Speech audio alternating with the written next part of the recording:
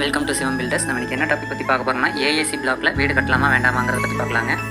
கம்மியான பட்ஜெட்டில் சீக்கிரமாக உங்கள் வீடு கட்டணும்னா இது ஒரு பெஸ்ட்டான பிளாக்குங்க. கட்டுமானத்துறையில் செங்கலுக்கு மாற்றம் வந்திருக்கிற பிளாக் தாங்க ஏஏசி பிளாக். இதோட ஃபுல் ஃபார்ம் பார்த்தீங்கன்னா ஆட்டோ கிளேவ்டு ஏரேட்டட் காங்கிரீட் பிளாக். இந்த ஏஏசி பிளாக் பார்த்தீங்கன்னா தண்ணிக்குள்ள போட்டிங்கன்னா அப்படியே மிதக்குங்க. அந்தளவு லைட் வெயிட், செங்கலை விட பல மடங்கு வலிமையான பிளாக்கும் கூட. இந்த ஏஏசி பிளாக் பார்த்தீங்கன்னா ஃபயர் ரெசிஸ்டன்ட் மெட்டீரியல். இதில் ஆணி அடிக்கலாம், ஒயரிங்கான காடி எடுக்கலாம். நீங்கள் வீடு கட்டும்போது ஃபுல் ஃப்ரேம் ஸ்ட்ரக்சருக்கு போகிறீங்கன்னா இந்த ஏஏசி பிளாக் வச்சு ஒரு 10 மாடி வீடு கூட கட்டலாம்.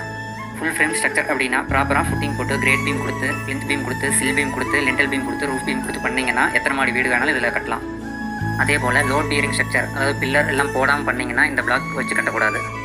ஏஏசி பிளாக்கில் கிராக் எந்த இடத்துல வரும்னா ஜாயிண்ட்டில் வரும். அதையும் நீங்கள் ப்ராப்பராக பிளாஸ்டிக் மெஸ் அடித்து ப்ராப்பராக பிளாஸ்டிங் பண்ணிங்கன்னா அந்த கிராக்கும் அவாய்ட் பண்ணிடலாம்.